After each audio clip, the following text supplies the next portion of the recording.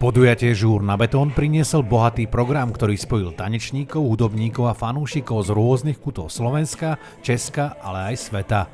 Celý deň sa niesol v duchu pohybu, rytmu a nadšenia, ktoré všetkých spájalo.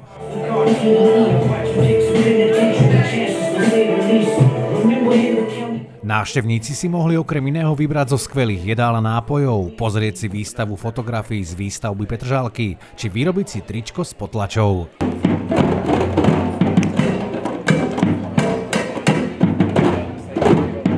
Podujatie odštartovala bubnovačka s rytmikou.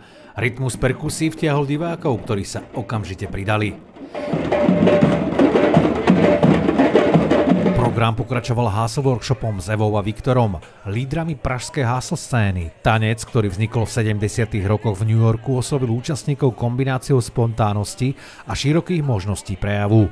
Vznikla tak skvelá atmosféra, v ktorej si každý našiel svoju cestu k tancu. Tak vyzkoušeli si párový tanec, kterému se říká hustle, pochází z New Yorku ze 70. let, všude na světě se tančí jinak. Dá se tam dávat různé elementy ze streetových stylů nebo z ballroomu, tancovat v podstatě na jakoukoliv hudbu, proto je to i hodně populární, protože každý do toho může dát kousek sebe.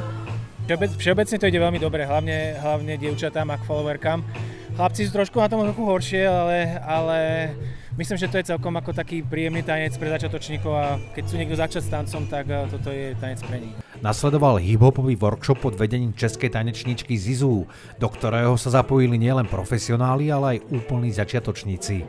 Učila jsem hip-hopové basics, protože vlastně osazenstvo té lekce bylo tak smíšený, že byli i profi tanečníci, i úplní začátečníci, takže tak, aby si ti, co ještě, dá se říct, neumí základy, tak aby se něco naučili a ty, co už je umí, tak aby se třeba v tom zase udělali nějaký develop nějakého pohybu.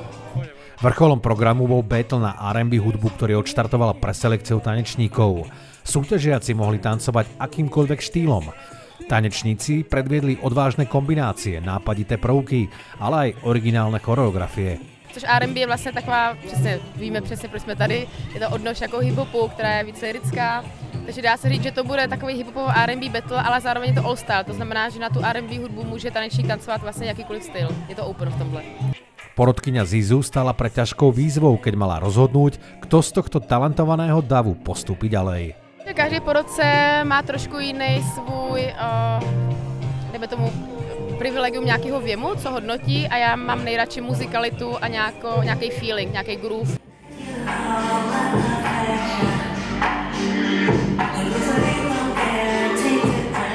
Z preselekcie postúpilo 12 najlepších tanečníkov, ku ktorým sa v battle formáte pridali aj 4 pozvaní hostia. Už v priestoroch Domu kultúry Zrkadlový háj zavládla výnimočná tanečná atmosféra a návštevníci si užili skutočný tanečný žúr.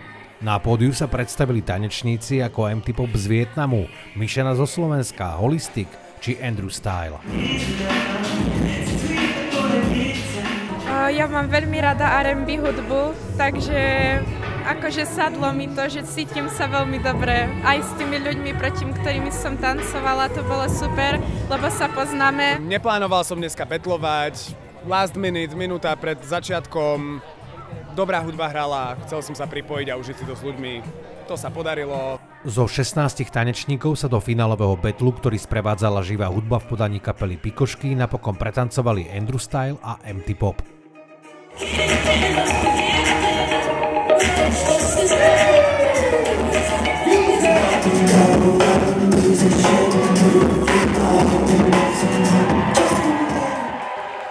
Víťazom sa stal MT Pop z Vietnamu, ktorý dokázal, že tanec je univerzálny jazyk bez hraníc.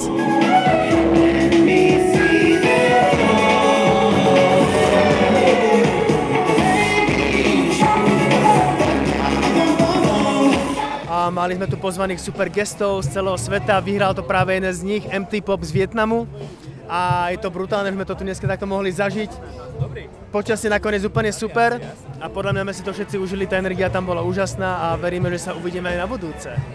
Žúr na betón priniesol celý deň nabitý rytmom, tanečnými súbojmi a nezameniteľnou atmosférou. Energia tanečníkov si našla cestu ku každému, kto prišiel zažiť túto pouličnú oslavu hudby a pohybu.